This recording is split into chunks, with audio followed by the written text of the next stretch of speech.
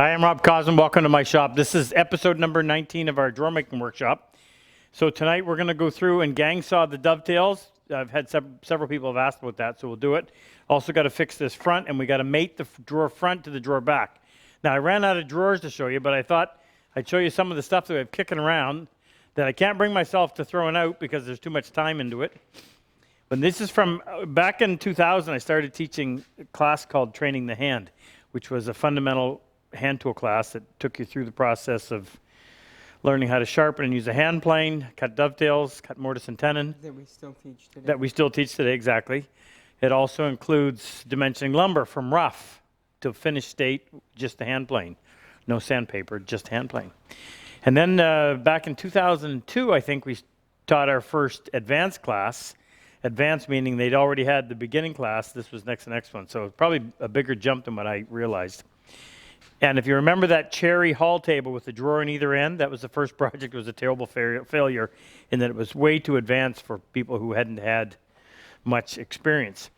So I had picked one. It was just a shaker lap desk made out of pine.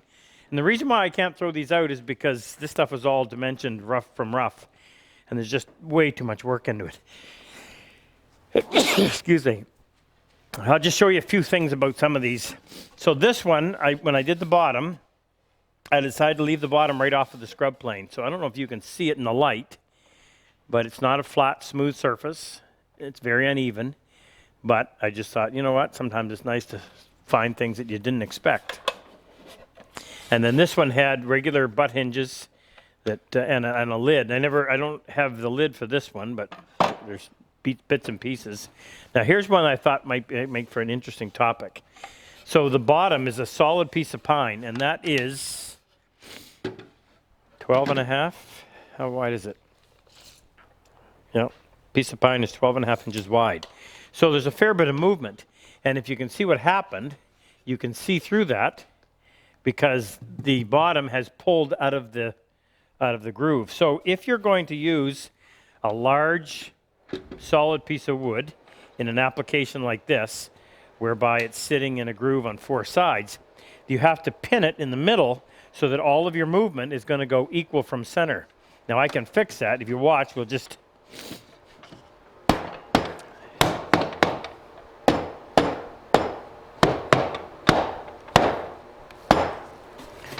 And that, what we would do to fix it is just pull it too far.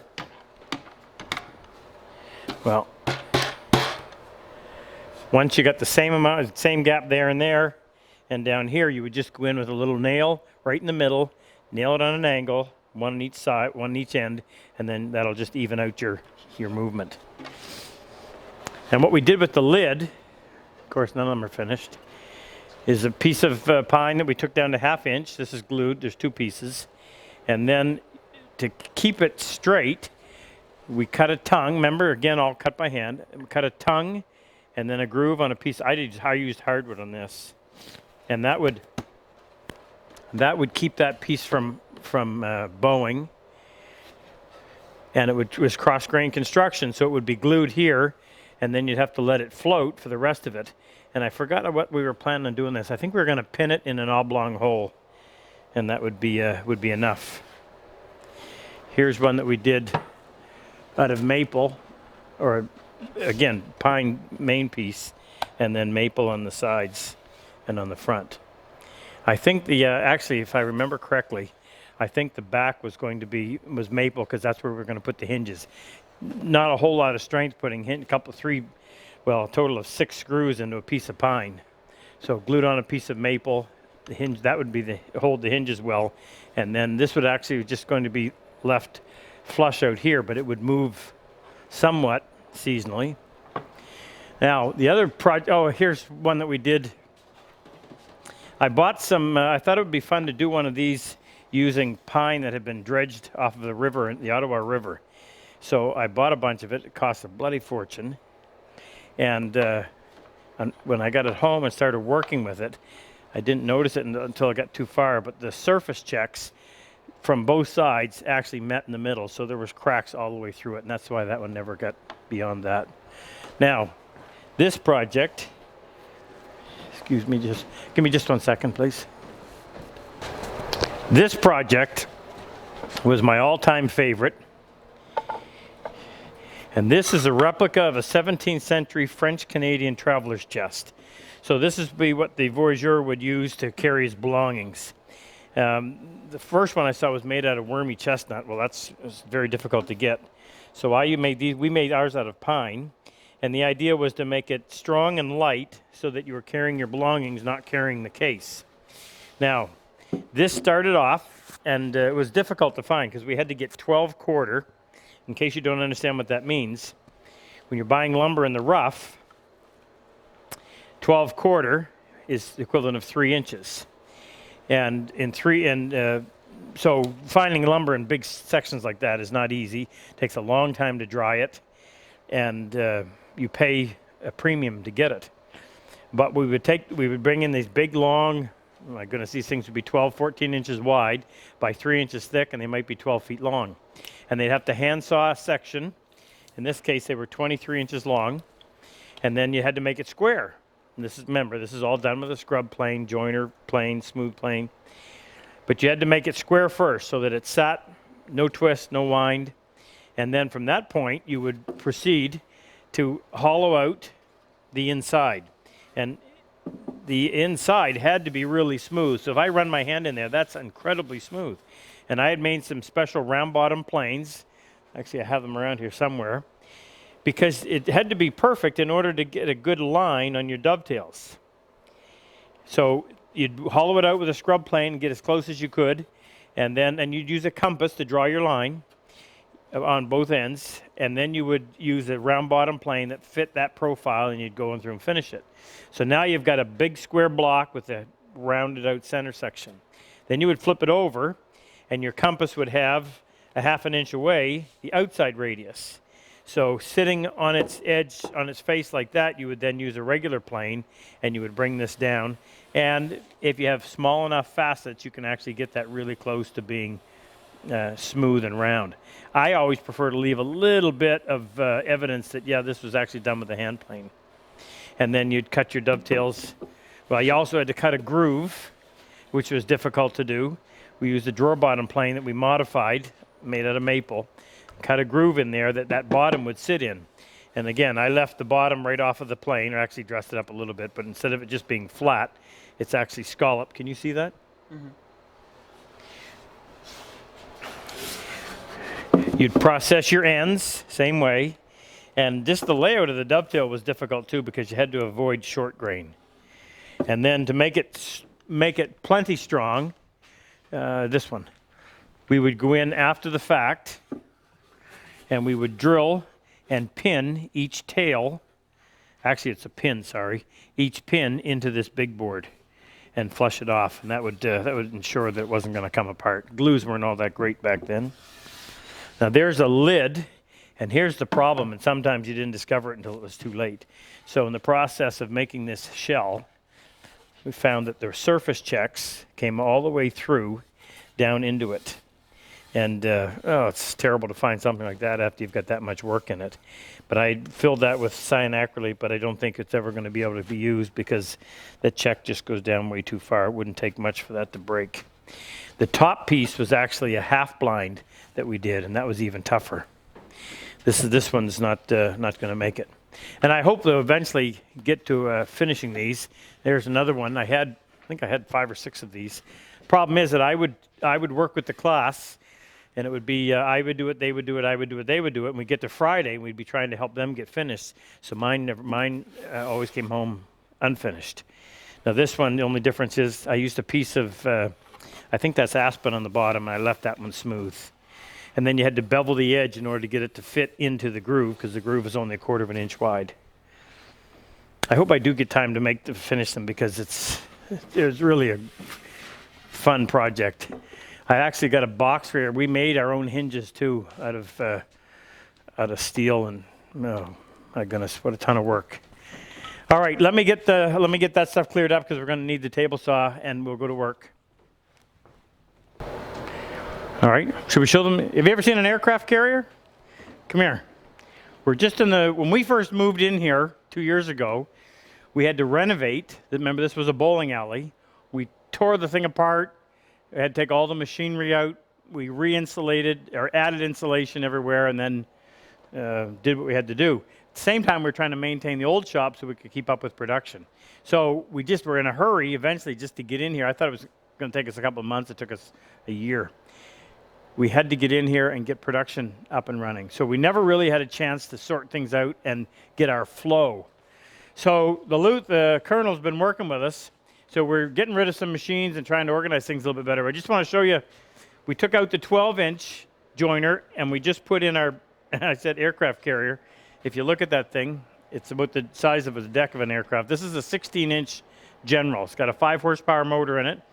It weighs about 1,700 or 1,800 pounds, so 4 of us moved it into place today. It's amazing how heavy they built. This is a solid, that piece of steel that moves that fence back and forth is a solid 2-inch hunk of steel. Just unbelievably beefy. Anyway, we also got rid of one of our big Delta bandsaw. That one's actually for sale. And we moved the General 20-inch into place. This one will eventually find a home somewhere else. And oh, right here. What? Oh, yeah. Well, we showed them that the other day. So we had this other table saw that didn't have a home, but we had to keep it. So we got it moved into place, got it leveled up, so it became the outfeed for the saw stop. So if we ever need it, it's here. And if somebody's tied up with this one, we always can use that one. The fence is down underneath. There was something else that I was going to show them. What was it? No, I can't remember. Oh, the joiner. We have, if you notice, most all of our equipment is General. That's a company out of Drummondville, Quebec that went out of business several years ago. And this is an old Rockwell 8-inch joiner with we put a segmented head in it. It's a bird head. I just recently bought a General 8-inch, so we're going to sell this one and beef up or clean up the General and do the same thing, put a head in that. Because it's gray, right? Yes, gray, and it just doesn't fit. We're very sensitive to colors. Oh, and by the way, so we open up all that space in between because we want to have modules on carts. So when we're making angle trainers and we're making dovetail saws or whatever, that'll all be confined to a cart, and we can just do it a little more conveniently. That's the plan. All right, let's go to work on this. So if you remember yesterday, I went by my little chamfer just enough to tear that up. In fact, there's the pieces coming off. So I've got to make sure that I can. Okay, I've got enough to get rid of that. That bottom edge has already been planed. I'm going to keep it just a strong 3-inch. I'm going to run on the outside because that's already been planed. I would just as soon keep that nice and smooth. I'm going to go just a little bit more. I don't want to make it too short, too narrow, I mean.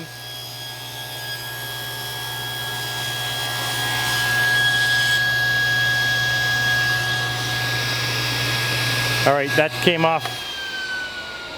That did what we wanted.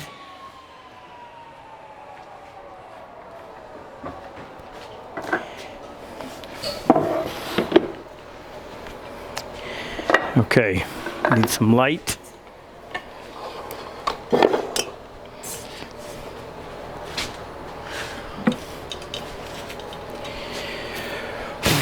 Now, just in case, I want to go in here and plane the end of this piece of pine just to be sure that this is cutting square. I don't want to experiment on my drawer front.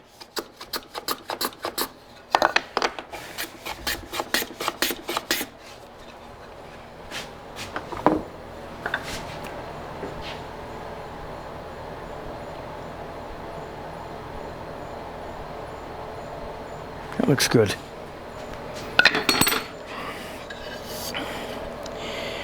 Okay, I need my extra eyes.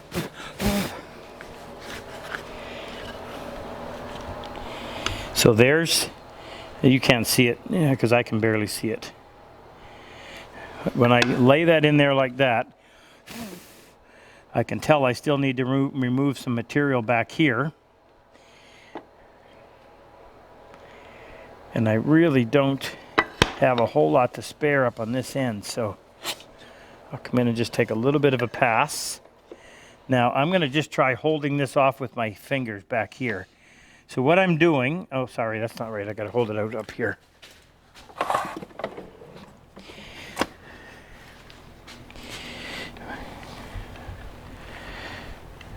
Oh, as I was saying, what I'm trying to do, or I'm judging that based on how this piece meets the bottom of the plane. So if you again, you probably can't tell, but I can, and that is closer to being right than this is back here. So I need to put in a smaller shim, and I'm not trying to be overly precise with this. I'm just really guessing at it.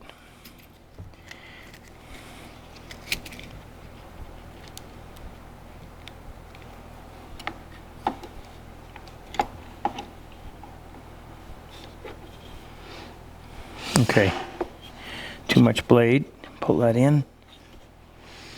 Not enough. Keep that down tight.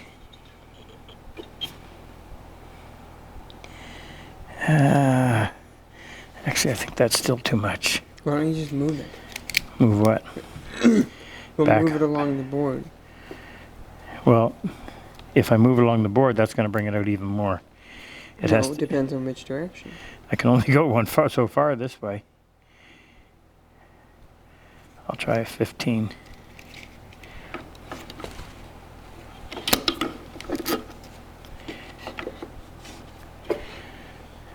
That's better.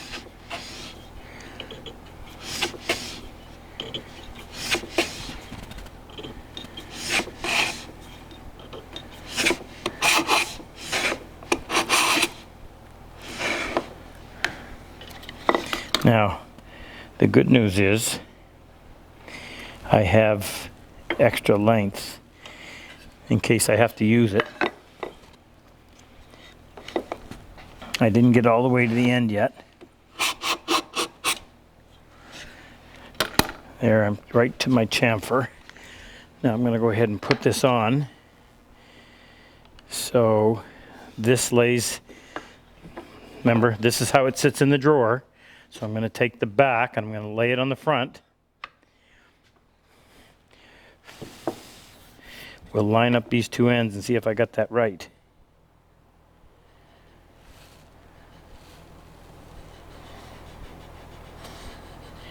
Flush there. And this is a little bit heavy. Or I should say this is a little bit proud, so that's not quite where I want it.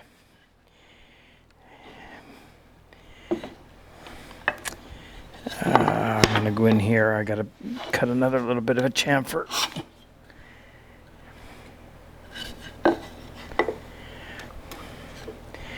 Now, if I got to take a little more off up here, then I've got to get a smaller shim than what I had.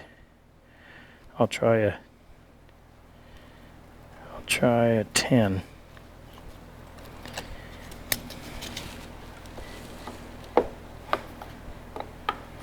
Make sure that's not been hit by the plane.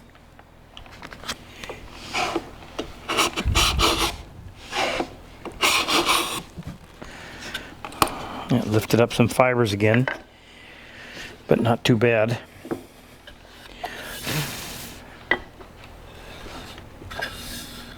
Make sure these are positioned right.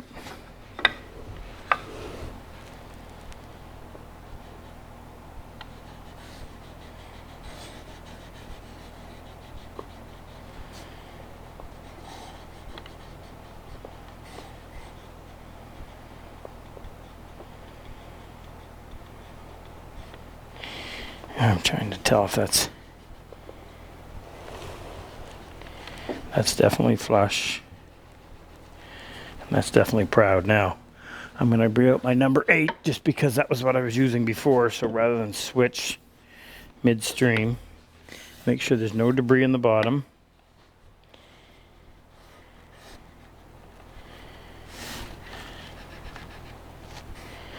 Okay, that's definitely high there. Okay, I'm going to redo this simply because I got extra material down here and I want to be able to get rid of that part that I just clipped off right there.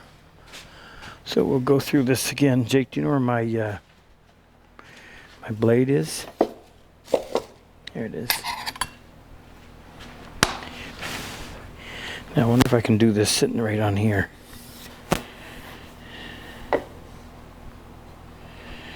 I'm gonna worry about that end yet. I'm gonna get this one done, and then we'll go in. I'm gonna make this deeper.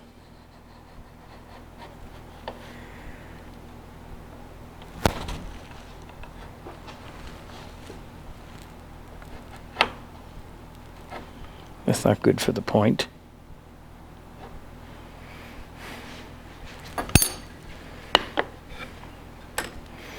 Okay, that's a lot easier to see.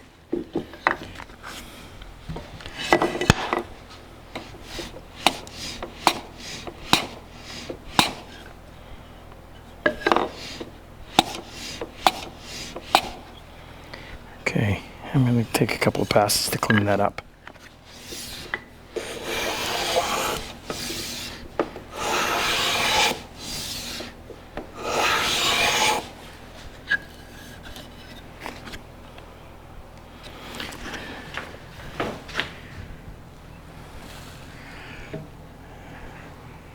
Okay, I still got lots.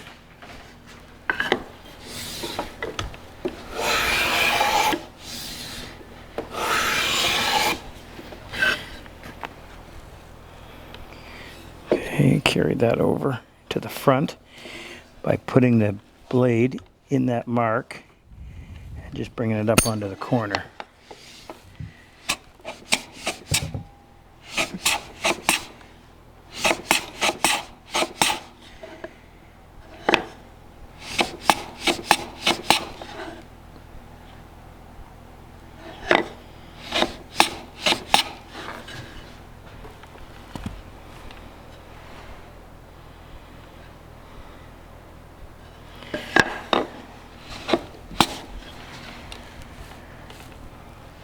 Now, I don't know, I made that deeper so you should be able to see it. So I'm going to hold it still so you can come in tight, Jake. You see that? You see what's left of the line right there? Can you pick up on that? Mm-hmm. Okay, so I need to get rid of that.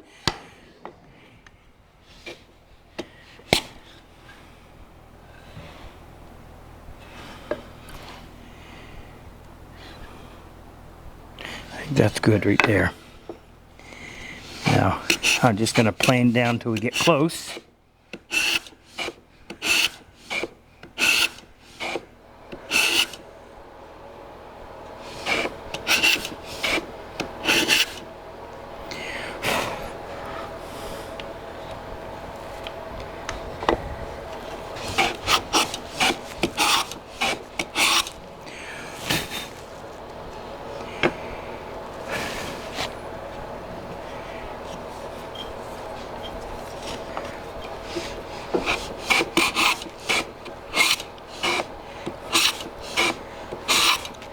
So, have you ever been able to see the crumbling that I'm talking about? Okay, so what happens is when you cut with the knife goes deep enough, then that top layer disappears and it ends up with showing a gap. So you just have to go until that completely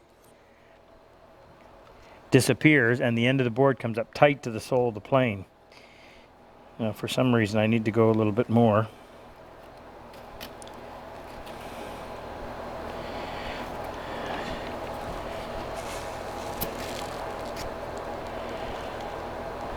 What am I doing? I was at 10.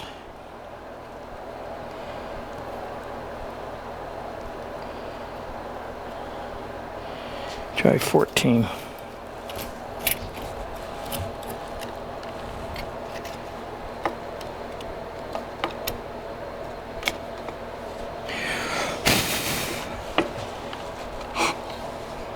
Now I'm having to keep this pushed this way. At the same time, I've got to keep that down tight.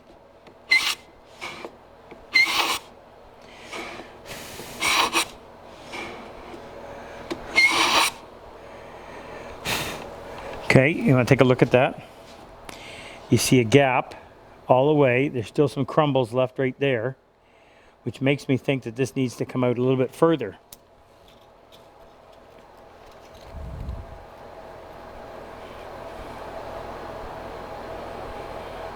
We'll try 17.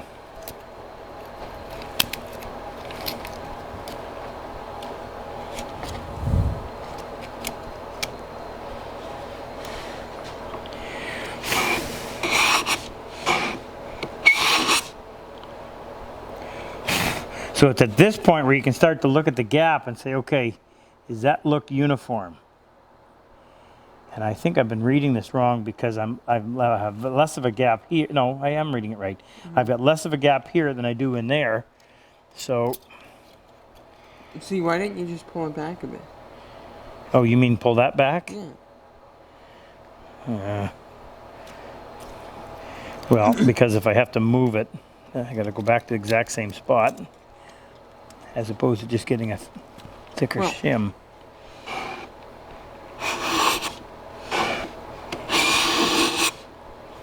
Okay, I got to check my chamfer. Now we can see on the end. This is an even better indicator. I'm going to bring my blade up, just drop that corner down just a bit. So you see what I have left here? Can you pick up that on the camera? Mm-hmm. Okay, so we haven't got right to our knife line. Looks like we're getting closer here than we are down there, but I'll go a little further and see.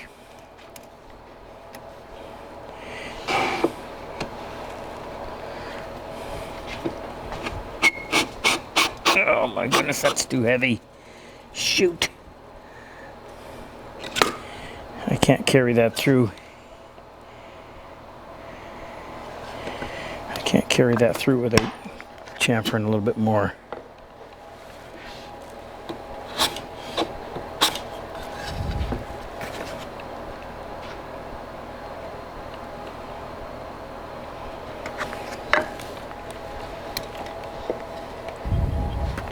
Okay, gotta come back to where that was.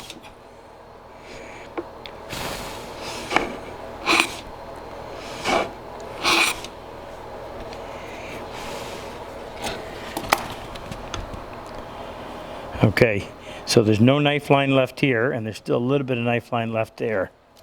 So I'm gonna go down here a little bit further.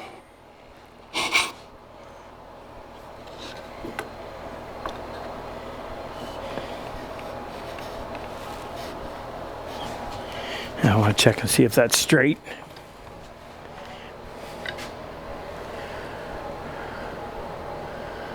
Okay, I can see a little bit of light that doesn't go all the way through. So I've got to make a complete pass one end to the other to straighten that up. Got to come up here and cut a little bit of a chamfer.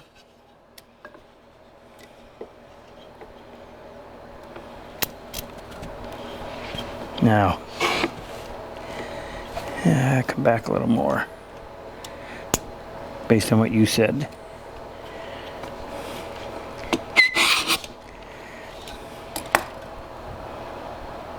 Okay, I don't see any knife line. That looks to be straight. So let's check that.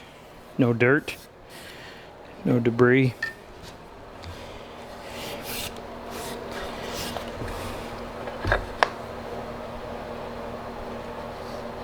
Okay, so now I run my finger over there and I cannot detect any difference whatsoever. So now what we got to do is come in here. Now we're going to have a new line on this end. Yeah, I'm going to swing it around if I can manage this. Okay, so that is flush. Shoot, did I work?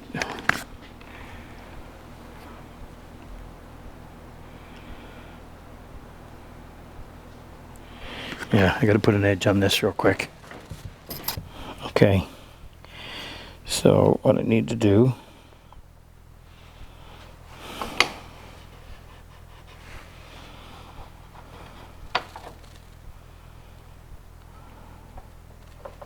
keep that tight. I'll make multiple passes so I can get it a little deeper each time.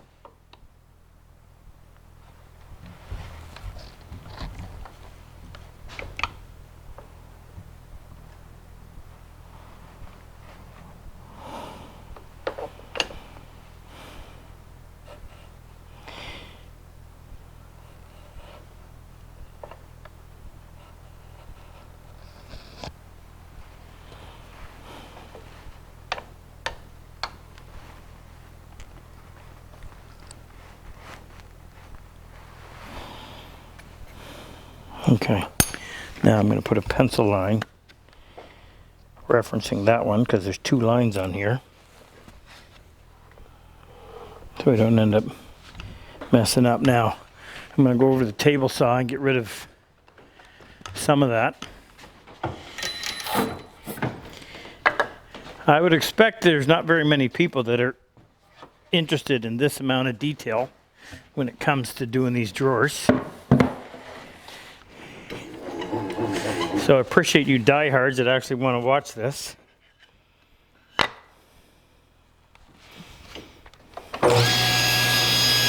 Wait, What? that's not gonna run. Oh, we haven't got those.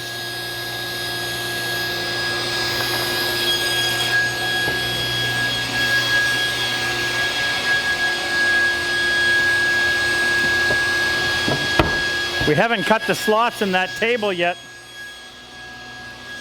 to allow for that sled to go beyond the end of this saw.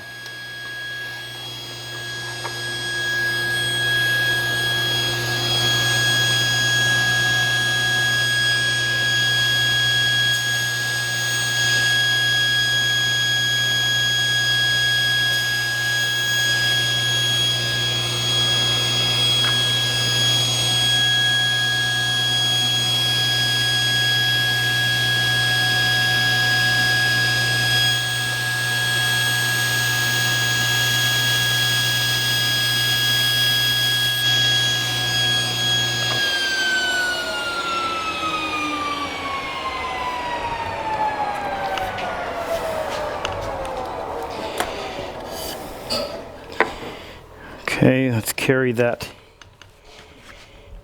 Shoot. It didn't go the whole way. It's all right, I can fudge it. Shouldn't say fudge, I just carried it through. Now, I'd like to have that blade just a little bit sharper than it is, so it's even easier. And I'm going, for the sake of, Jake, do you know where my screwdriver is?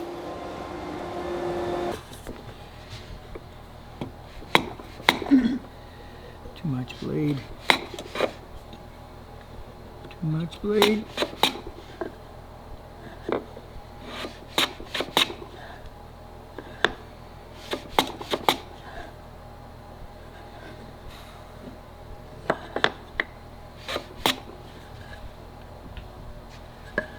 Still seeing a little bit of knife.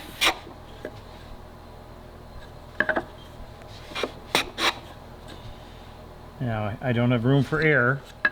Can't make this board longer.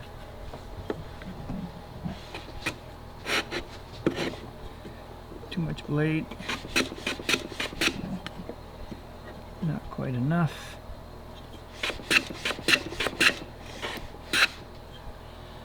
I don't know where that came from.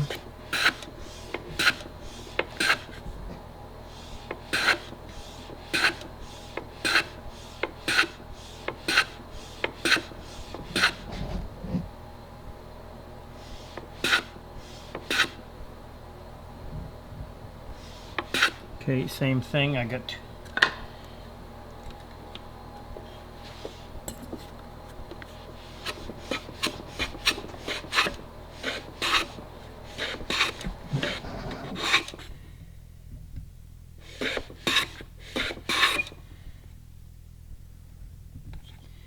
need a little more. Just pull it back. And then you can adjust it. Right.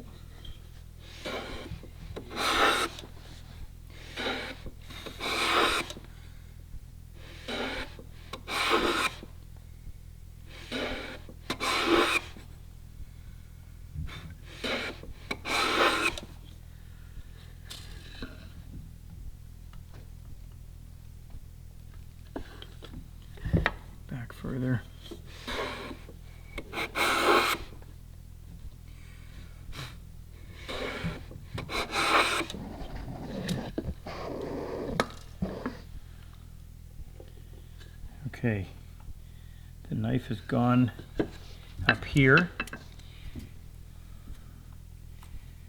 I'm going to go 24 thou.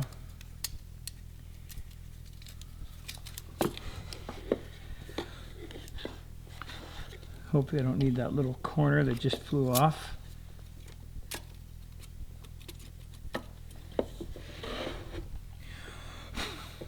So before I plane, okay, so that ends up creating a little more of a gap back here, so I know I'm heading in the right direction, meaning I'm going to take more off that forward area than I am the back.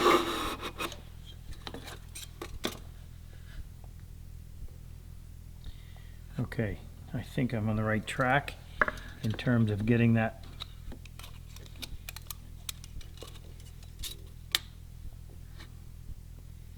right on.